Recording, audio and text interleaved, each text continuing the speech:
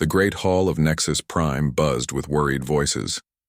Representatives from 12 different species sat around the massive circular table, their faces showing fear and exhaustion. The war against the Keth Empire had been going on for 5 years now, and things were getting worse every day. Ambassador Yuki from the Helan Federation stood up slowly. Her blue skin looked pale under the bright lights, and her forearms trembled slightly as she spoke. "We are losing this war," she said in a quiet voice. "Our fleets are retreating on 7 different fronts. Our colonies are falling one by one. We need to try something different." The other delegates looked at each other with worried expressions. They had heard this same discussion many times before. Every meeting brought more bad news, more defeats, more reasons to feel hopeless. Admiral Wanho from the Vrex military slammed his large fist on the table. His red eyes glowed with anger. "What else can we do? We have thrown everything we have at the Keth. They are too strong, too organized, too ruthless. They destroy everything in their path and show no mercy to anyone." Commander Sola, another Vrex officer, nodded her agreement. "Our intelligence reports show that the Keth have reserve fleets waiting in their home systems. Even if we somehow win a few battles, they can just send more ships. They seem to have endless resources." The room fell quiet for a moment. Everyone knew the truth, even if they did not want to admit it. The Allied forces were running out of options, running out of time, and running out of hope. Elder historian Daiho cleared his throat softly. He was old even by the standards of his long-lived species, and his voice carried the weight of centuries. "Perhaps it is time to remember the old stories," he said. "The tales our grandparents told us about the ghost warriors." Several delegates looked confused. The younger members of the council had never heard such stories, but some of the older representatives shifted uncomfortably in their seats. "Ghost warriors?" asked Lieutenant Bora from the Zephyrian Defense Corps. She was young and had only been assigned to the council recently. "What are you talking about, Elder Daiho?" The old historian stood up slowly, his back bent with age. "Long ago, before most of you were born, there was another species in our galaxy. They called themselves humans, or mankind. They came from a small blue and green world near the outer rim." Commander Sola rolled her eyes. "Not this old myth again. Those are just stories, Elder. Fairy tales to make children feel brave during difficult times." But Daiho continued as if he had not heard her. "The humans were strange creatures. They were not the strongest species, or the smartest, or the fastest. They did not have natural weapons like claws or fangs. Their technology was good, but not the best in the galaxy. But they had something else, something that made them different from all other species." "And what was that?" asked Captain Nari from the monitoring stations. "They never gave up," Daiho said simply. "No matter how bad things got, no matter how hopeless the situation looked, humans would keep fighting. They could adapt to any environment, survive in conditions that would kill other species, and find ways to win battles that should have been impossible to win." Ambassador Yuki leaned forward with interest. "I have heard some of these stories from my grandmother. She used to tell me about human soldiers who could fight in the vacuum of space, or survive on worlds with poisonous atmospheres. But surely, those stories were exaggerated." Daiho shook his head. "Perhaps some details were changed over time, as all stories are, but the core truth remains. Humans were warriors, unlike any other species. They fought not just with weapons and ships, but with their minds and their will. They would study their enemies, learn their weaknesses, and find ways to defeat forces much larger than their own." Admiral Wanho laughed, but it was not a happy sound. "Even if these humans were real, what good does it do us now? According to your stories, they disappeared 3 centuries ago. Their homeworld was destroyed by a Keth superweapon.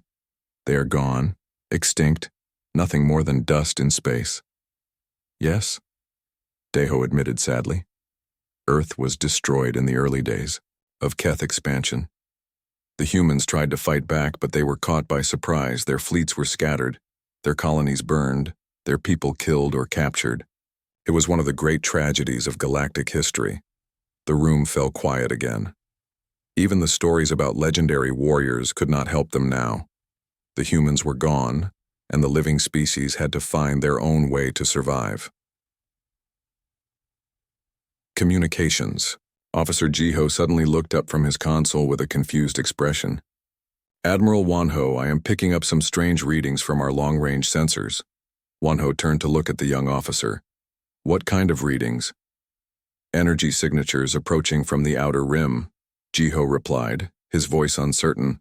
Multiple contacts moving fast. But the signatures do not match anything in our databases. I have never seen anything like this before. Commander Sola frowned. Could it be a new type of Keth ship? Jiho shook his head. No, the energy patterns are completely different. These ships use technology I cannot identify. They are still far away, but they are heading directly toward our position. Admiral Wanho stood up quickly. How many ships are we talking about? I cannot get an exact count yet, Jiho answered. But there are many of them. At least 50 maybe, more. They are maintaining radio silence, not responding to our hails. The delegates looked at each other with new worry. If these were enemy ships, they were in serious trouble. Nexus Prime had defenses, but not enough to fight off a large fleet. Elder Deho stared at the display screen showing the approaching contacts. Something about the formation looked familiar to him, though he could not quite place where he had seen it before. How long until they reach us? Asked Ambassador Yuki. At their current speed, about 6 hours, Jiho replied. Admiral Wanho began giving orders to prepare the station defenses and contact nearby Allied fleets. But deep down, everyone in the room knew that if this was an attack, they would not be able to hold out long enough for help to arrive. The war was about to take another turn, though none of them could have guessed how dramatic that turn would be. Deep Space Monitoring Station. Theta 7 floated silently in the darkness between star systems. It was a small outpost with only 12 crew members, but it served an important purpose. The station listened to radio signals from across the galaxy, watching for enemy movements and gathering intelligence. Communications Officer Jiho sat at his console, headphones covering his ears as he listened to the endless stream of static and distant signals. Most of what he heard was routine traffic between Allied ships and colonies. But today, something was different. At first it sounded like normal interference, but as Jiho adjusted his equipment, he realized the sounds had patterns. They were not random static. They were voices, speaking in a language he had never heard before. Captain Nari, he called out, you need to hear this. Captain Nari walked over to Jiho's station. She was a veteran officer who had served on monitoring stations for 15 years. She had heard every type of signal imaginable, from distress calls to enemy battle communications. What do you have? She asked. Jiho played the recording he had just captured. Strange voices spoke in quick, clipped sentences. The language sounded harsh but organized, like military communications, but none of the words matched any known species in the galactic database. How many different voices can you identify? Captain Nari asked. At least 20, Jiho replied. Maybe more. They seem to be coordinating with each other like they are planning something big, but I cannot understand what they are saying. Captain Nari frowned. Could it be a new Keth dialect? Maybe they developed a code language we have not heard before. I do not think so, Jiho said. The vocal patterns are wrong. These voices sound different from Keth physiology. The speakers seem to have smaller throat structures, more like the older galactic species. For the next 3 hours, Jiho worked to decode the mysterious transmissions. He used every language program available on the station, but nothing worked. The signals kept coming, sometimes strong and clear, sometimes fading into the background noise of space. Meanwhile, on the war-torn planet of Kepler 442b, the situation was getting desperate. Keth ground forces had landed 6 days ago and were slowly pushing the defending Zephyrian troops back toward the main city. Lieutenant Bora crouched behind a damaged wall, watching enemy soldiers advance across the open field. Her unit was down to half strength, and they were running low on ammunition. The evacuation ships were supposed to arrive in 2 hours, but she did not know if her people could hold out that long. Lieutenant, called Sergeant Taman from the next building. We have movement on the eastern ridge. Keth reinforcements coming in fast. Bora cursed under her breath. More enemy troops meant the defense would collapse even faster. She activated her communicator to call for artillery support, but the response was not encouraging. "Negative on the artillery," came the reply from command. "All our heavy weapons are defending the spaceport. You will have to hold your position with what you have." Bora looked around at her remaining soldiers. They were good fighters, but they were outnumbered and outgunned.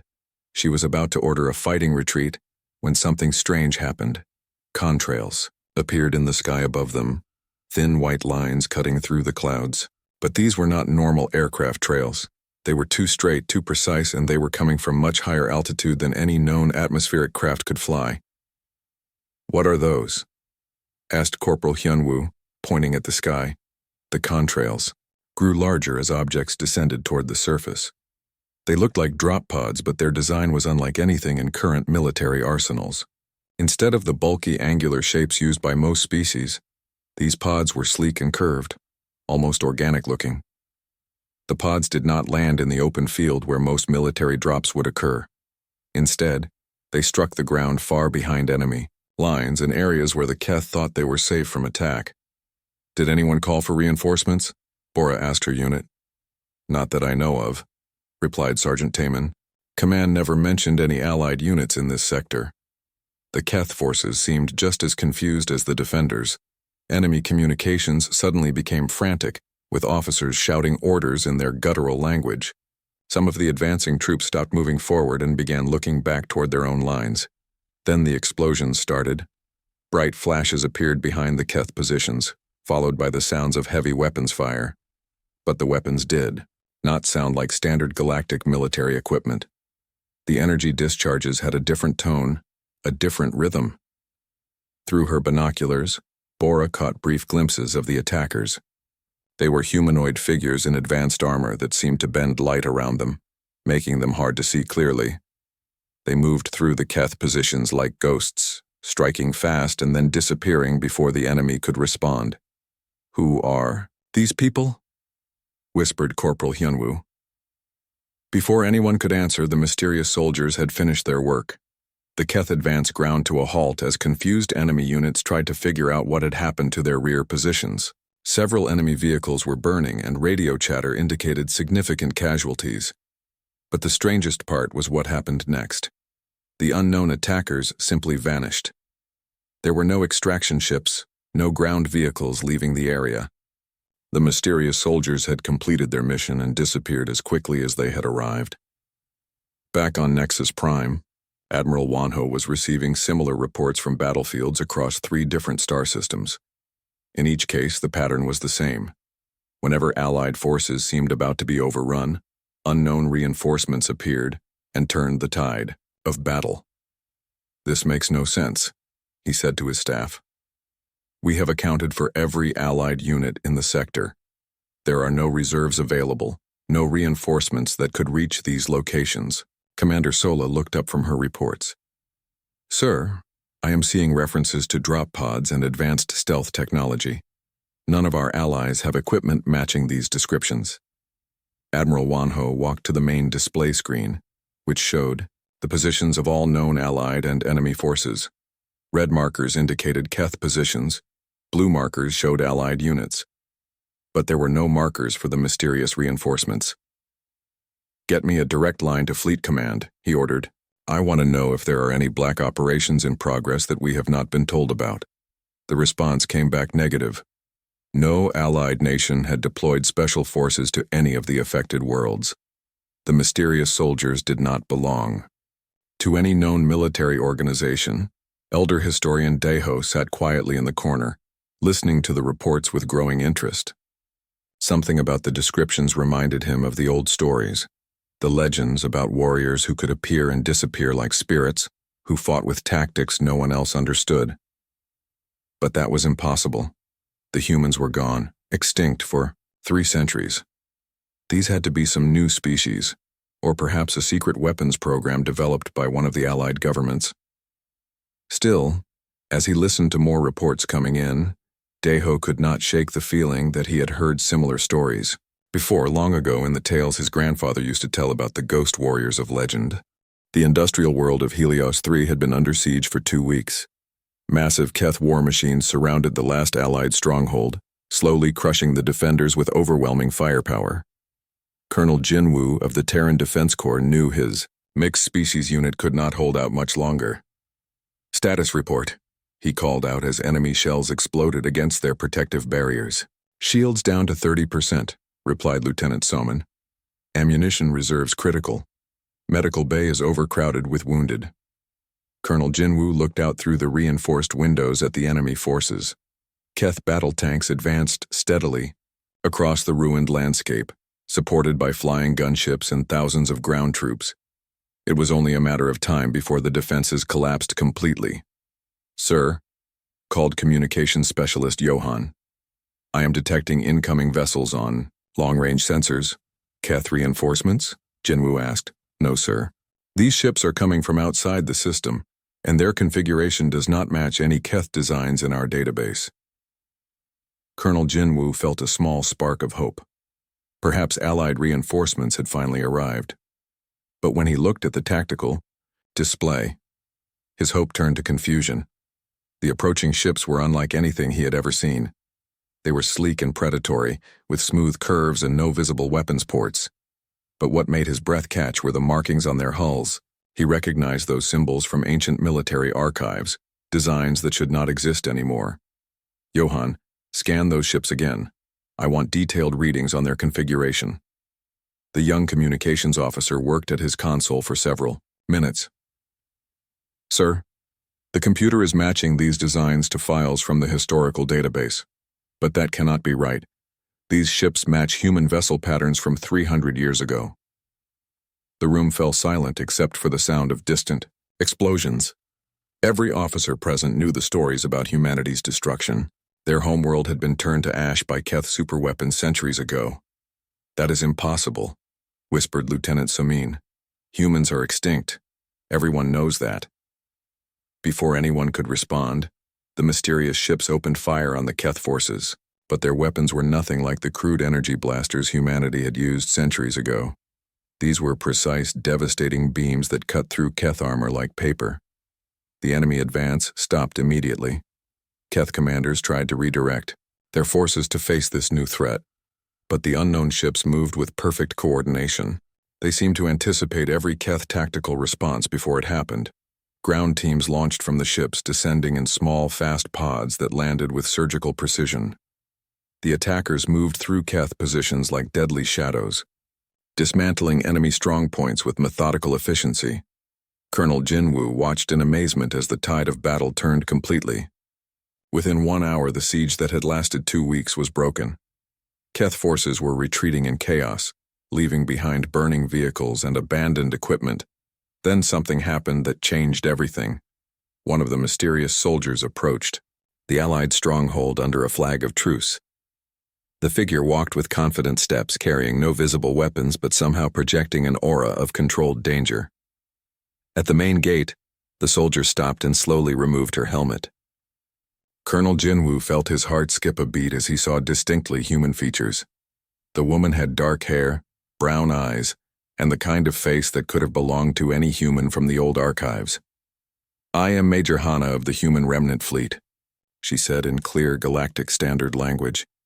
"We have come to assist in your defense against Keth aggression." The words hit Colonel Jinwoo like a physical blow. Humans. Real, living humans. Not extinct, not destroyed, but very much alive and apparently very dangerous. Major Hana continued speaking, her voice calm and professional. "My commanders wish to establish communication with Allied leadership. We have much to discuss regarding the current military situation." "How?" Colonel Jinwoo managed to ask. "How are you here? Earth was destroyed. Your people were wiped out centuries ago." Major Hana smiled, but it was not a warm expression. "Reports of our extinction were greatly exaggerated. We went into hiding, Colonel. We learned. We adapted. We prepared. And now we have returned." She activated a small communication device and spoke into it briefly. "This is Hana. Confirmation received. Begin general broadcast." Across the Helios 3 system, Every Allied communication channel suddenly carried the same message. It was broadcast on all frequencies in all major galactic languages with perfect clarity. This is Admiral Kyung of the Human Remnant Fleet. To all species of the Galactic Council, we bring greetings from humanity. We know you believed us dead, extinct, erased from the galaxy by our enemies. You were wrong. The message continued as every Allied ship and station listened in stunned silence. For 3 centuries, we have watched from the darkness between galaxies. We have seen the Keth Empire spread like a plague across the stars. We have observed their cruelty, studied their methods, learned their weaknesses. We have waited for the right moment to return. Colonel Jinwoo stared at Major Hana, trying to process what he was hearing.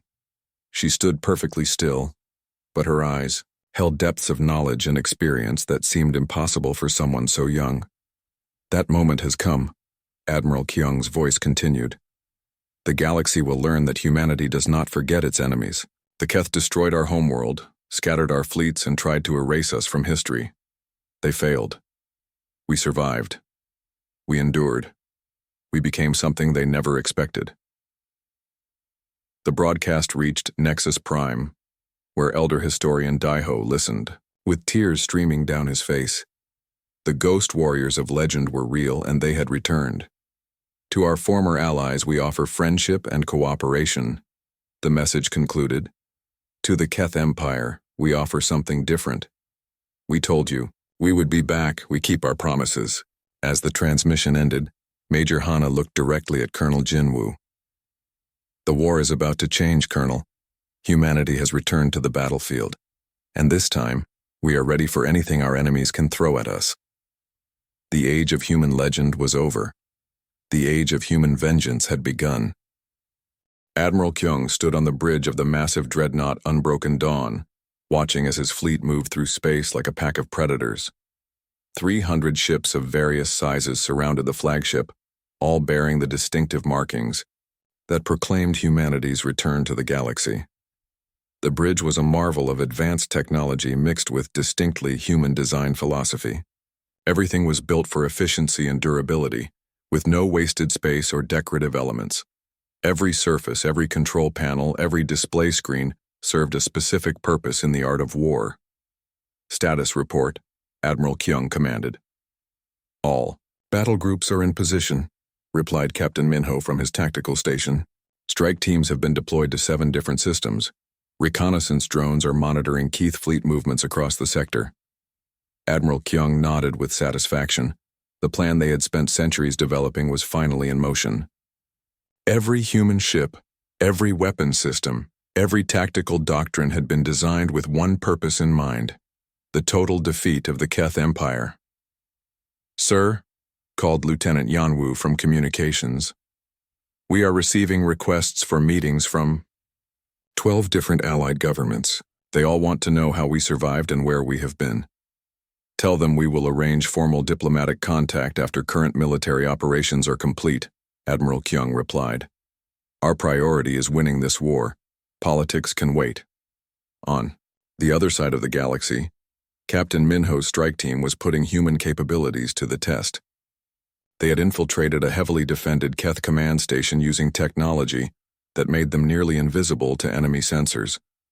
The station was a massive structure built into an asteroid, protected by shield generators and automated defense systems. It served as the coordination center for Keth operations in 3 star systems.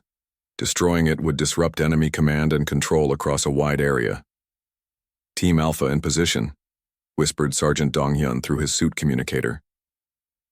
I count 24 guards on the outer perimeter.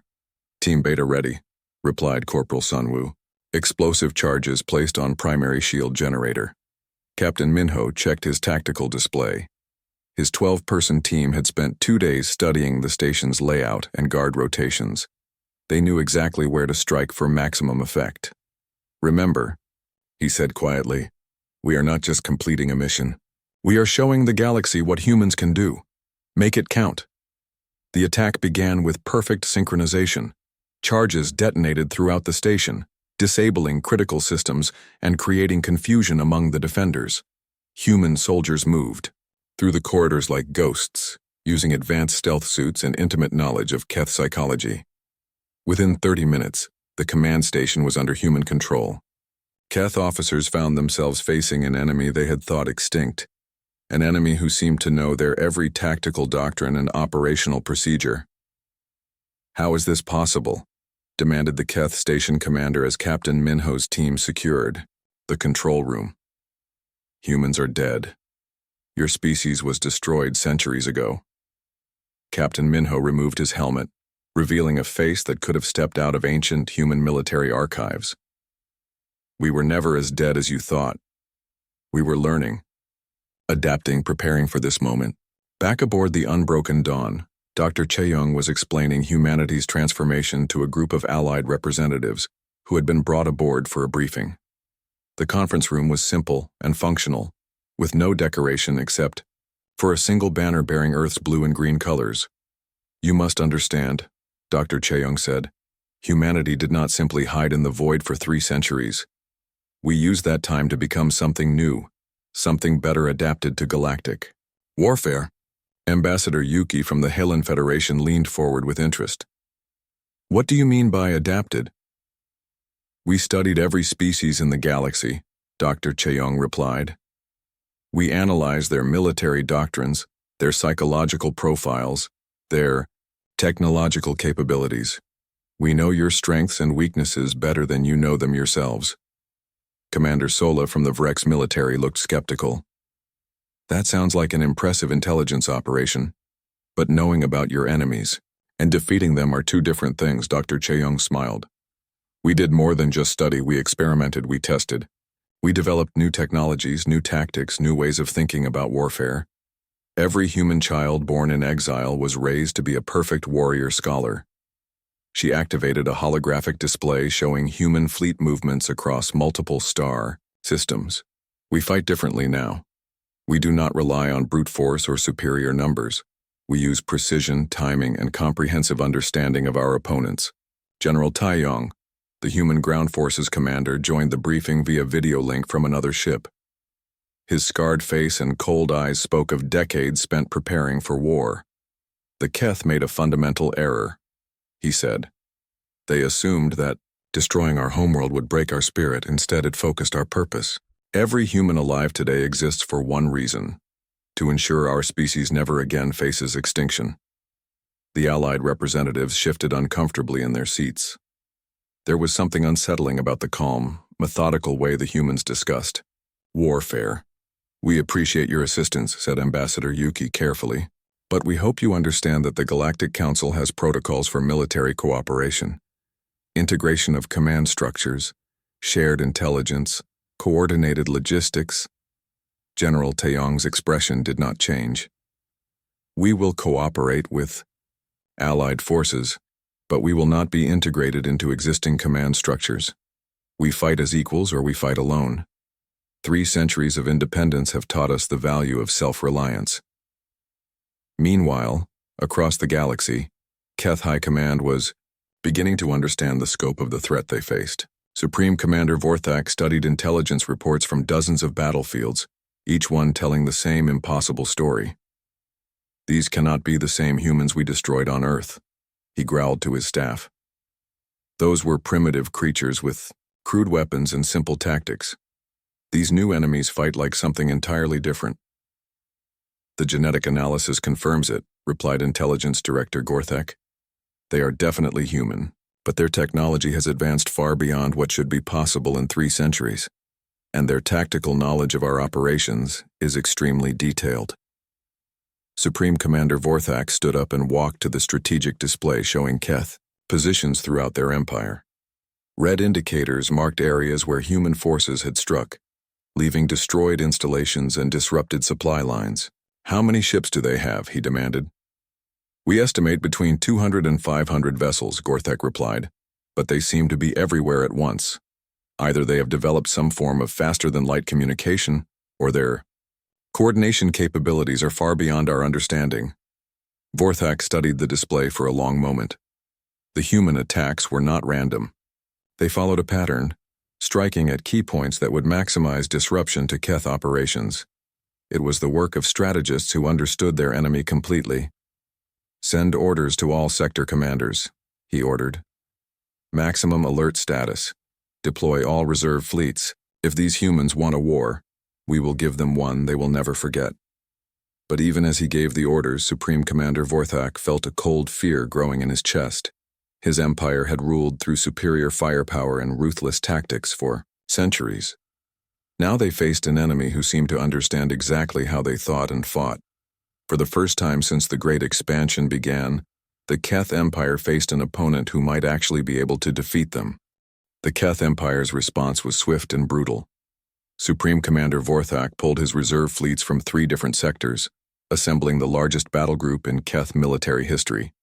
2,000 warships converged on the Proxima system, where human forces had established a forward operating base. "This will end their interference once and for all," Vorthak declared to his war council. "We will show the galaxy that no species, living or dead, can challenge Keth supremacy."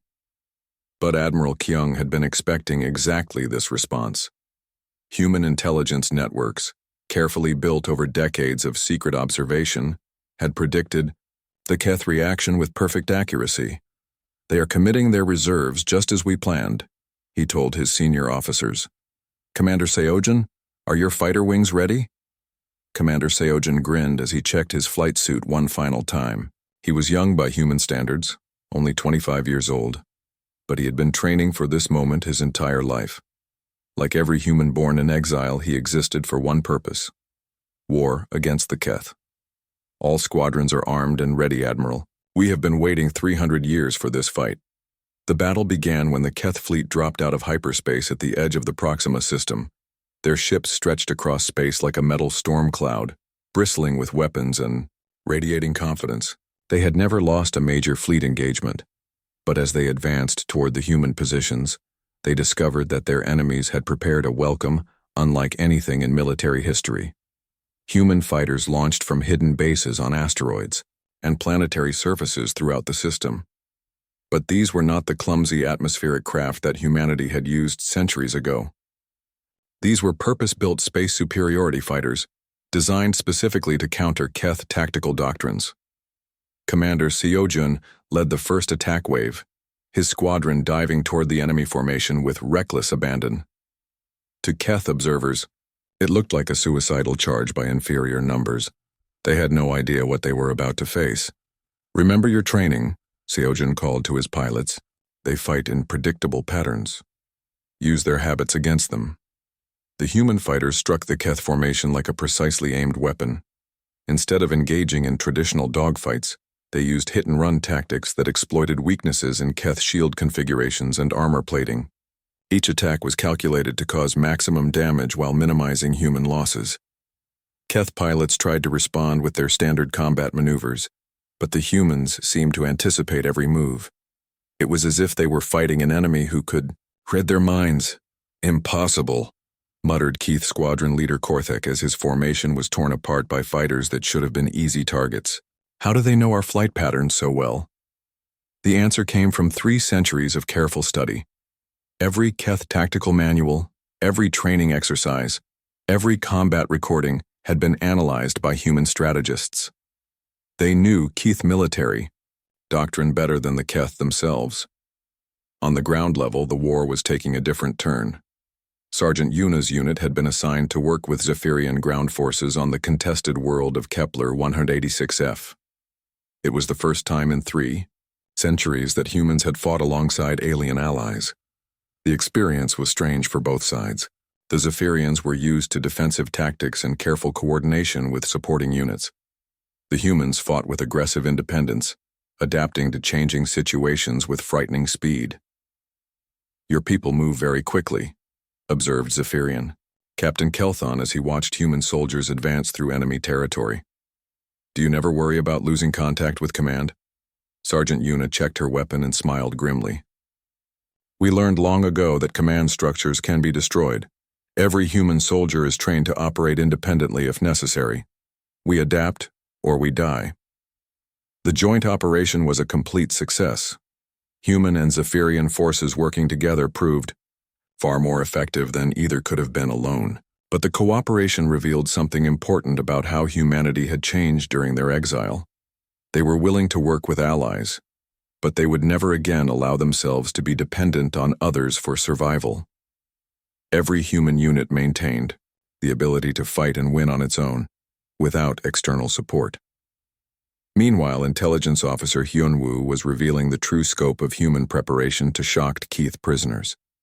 The interrogation facility was clean and efficient, designed to extract information without unnecessary cruelty. "You want to know how we survived?"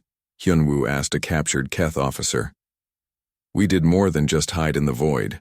We have been inside your empire for decades, watching, learning, preparing." The Keth officer's expression changed from defiance to fear. "That is impossible. Our security systems would have detected alien infiltrators."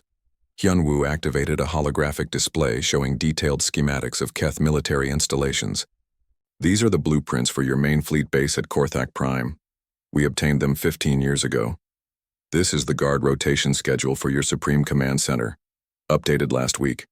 These are the personal files of your top military commanders, including psychological profiles and tactical preferences."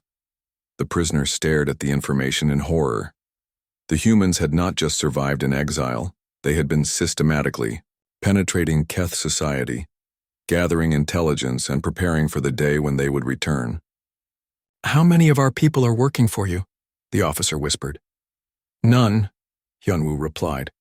"We do not corrupt other species to serve our purposes. We simply learn to become very good at staying invisible.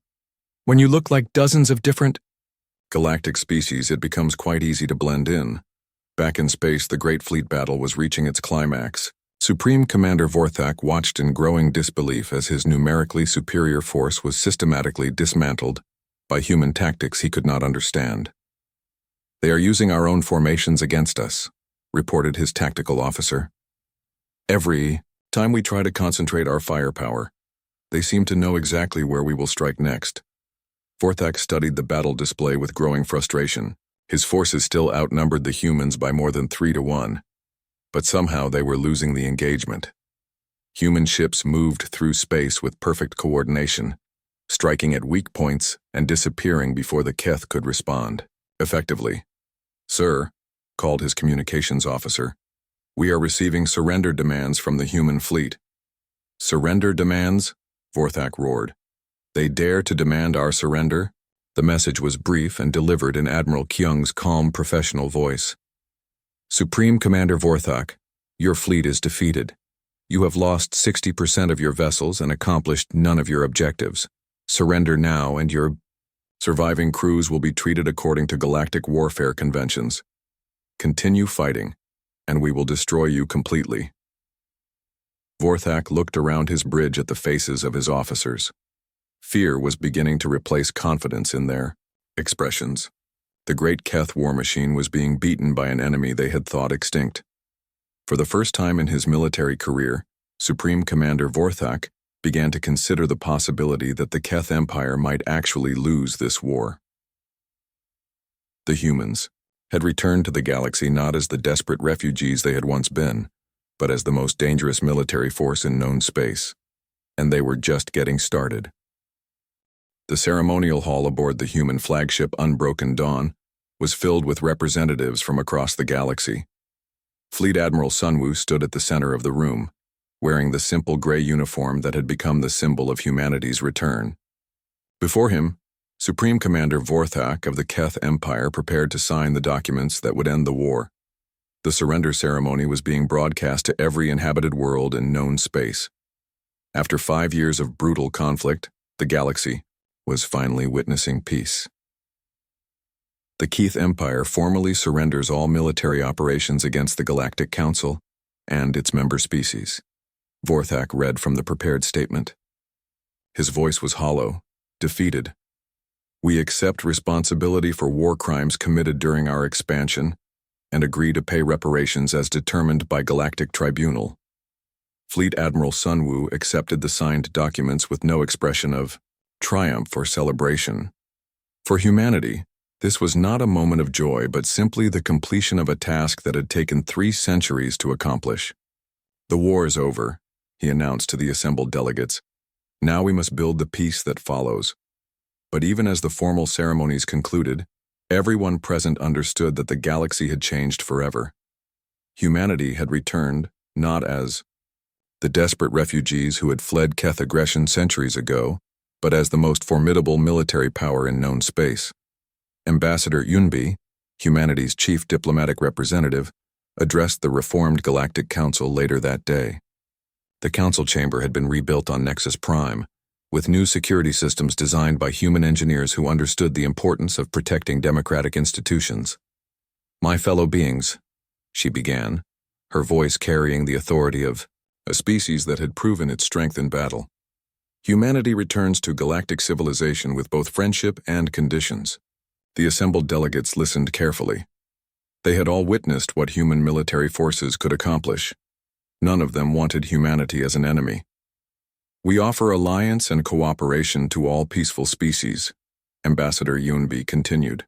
"We will share some technologies that can benefit galactic civilization.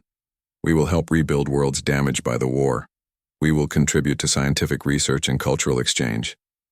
She paused, letting her words sink in before continuing, with the more difficult part of her speech. "But we will never again allow ourselves to become dependent on others for our survival. We will maintain our own fleets, our own colonies, our own industrial base. We will participate in galactic governance as equals, not as subordinates." The "he" terms were clear. Humanity would rejoin galactic civilization, but on their own conditions. They had learned the hard lessons that came from trusting others completely with their security. Colonel Dongyun was experiencing these new realities firsthand as he led the first joint human-alien peacekeeping mission to a world recently liberated from Keth occupation. The planet's population was a mix of species that had suffered under enemy rule for decades. "The situation is complex," he explained to his mixed species command staff. "We have refugees who need relocation, infrastructure that needs rebuilding, and former collaborators who need to face justice. But we must be careful not to create new conflicts while solving old ones." Lieutenant Minjun, one of the younger human officers, looked puzzled. "Sir, why not just impose martial law until things stabilize? We have the firepower to enforce order." Colonel Dongyun shook his head. "Because, Lieutenant, we learned something important during our exile. Military force can win wars, but it cannot create lasting peace. These people must rebuild their society, themselves. We can only provide security and support." The mission was challenging but successful. Human forces worked alongside Zephyrian engineers, Helen medical teams, and Vrex security specialists. The cooperation was not always smooth, but it proved that different species could work together effectively when they shared common goals. Dr. Yanwu, now serving as humanity's chief scientific liaison, was busy explaining human technological advances to galactic researchers. Her laboratory on Nexus Prime had become a center of intense interest and careful diplomacy. "You must understand," she told a group of visiting scientists, "we cannot share everything we developed during our exile. Some technologies are too dangerous and others are needed for our own security. But we are willing to collaborate on projects that benefit all species." The selective sharing of technology was causing some frustration among galactic governments, who wanted access to human military advances. But humanity had learned to be very careful about what knowledge they released into the galaxy. "We have seen what happens when advanced weapons fall into the wrong hands," Dr. Yanwu explained. "The Keth used superior firepower to terrorize peaceful species for decades. We will not contribute to creating similar situations in the future." Elder historian Daiho, now very old but still sharp-minded, was working with human archivists to preserve the complete story of humanity's survival and return. The project was both historical record and warning for future generations. "The galaxy must remember what happened," he said as he reviewed footage from the final battles of the war, not just the victory but the price that was paid. Humanity survived by becoming something harder, colder, more focused on survival than any species should have to become. The historical project revealed the true scope of human sacrifice during the 3 centuries of exile. Entire generations had lived and died in the darkness between galaxies, their only purpose being preparation for a war most of them would never see. They gave up normal lives, normal hopes, normal dreams. Deho continued. Every human child was raised to be a soldier or a scientist or an engineer. They had no art, no music, no literature except what served military purposes. They became the perfect war machine, but they lost much of what made them human in the first place. Colonel Yonjin was working to address exactly that problem. As head of human cultural restoration programs, she was trying to help her people rediscover the parts of their identity that had been sacrificed for military necessity. We won the war, she said to a gathering of human civilians. But now we must win the peace. That means learning how to be human again, not just warriors. The task was more difficult than anyone had expected. 3 centuries of total focus on military preparation had created a species that struggled with normal civilian life. Human children did not know how to play games that were not combat training. Human adults had trouble forming relationships that were not based on military hierarchy. But gradually, with patience and effort, humanity began to rediscover its softer aspects. Art began to appear in human settlements. Music returned to human gatherings. Literature emerged that explored themes beyond warfare and survival. As the first anniversary of the war's end approached, Fleet Admiral Sun Wu stood once again on the bridge of the Unbroken Dawn. But now the great warship was leading a mixed fleet on an exploration mission to systems beyond the galactic rim. "Admiral," reported Captain Seojin, "long-range sensors are detecting potentially habitable worlds in the next system. Should we prepare survey teams?" Admiral Sun Wu nodded. "Yes, but remember, we explore as partners now, not as conquerors. Any worlds we find will be shared with our allies according to galactic colonization protocols." It was a significant change for a species that had learned to depend only on itself. But humanity was slowly learning to trust again, to cooperate without losing their independence. Behind them, the galaxy they had helped save was rebuilding. Former Keth worlds were being governed by local populations with support from peacekeeping forces. Trade routes were reopening. Scientific cooperation was advancing knowledge for all species, and throughout it all, human ships maintained their quiet watch. They had learned that peace required constant vigilance, that freedom needed eternal defense. The ghost warriors of legend had become the guardians of galactic civilization. The stars held new challenges, new discoveries, new possibilities. But whatever the future brought, the galaxy now knew one simple truth: humanity had returned, and they were here to stay. The legend had become reality, and reality had become hope for a better tomorrow.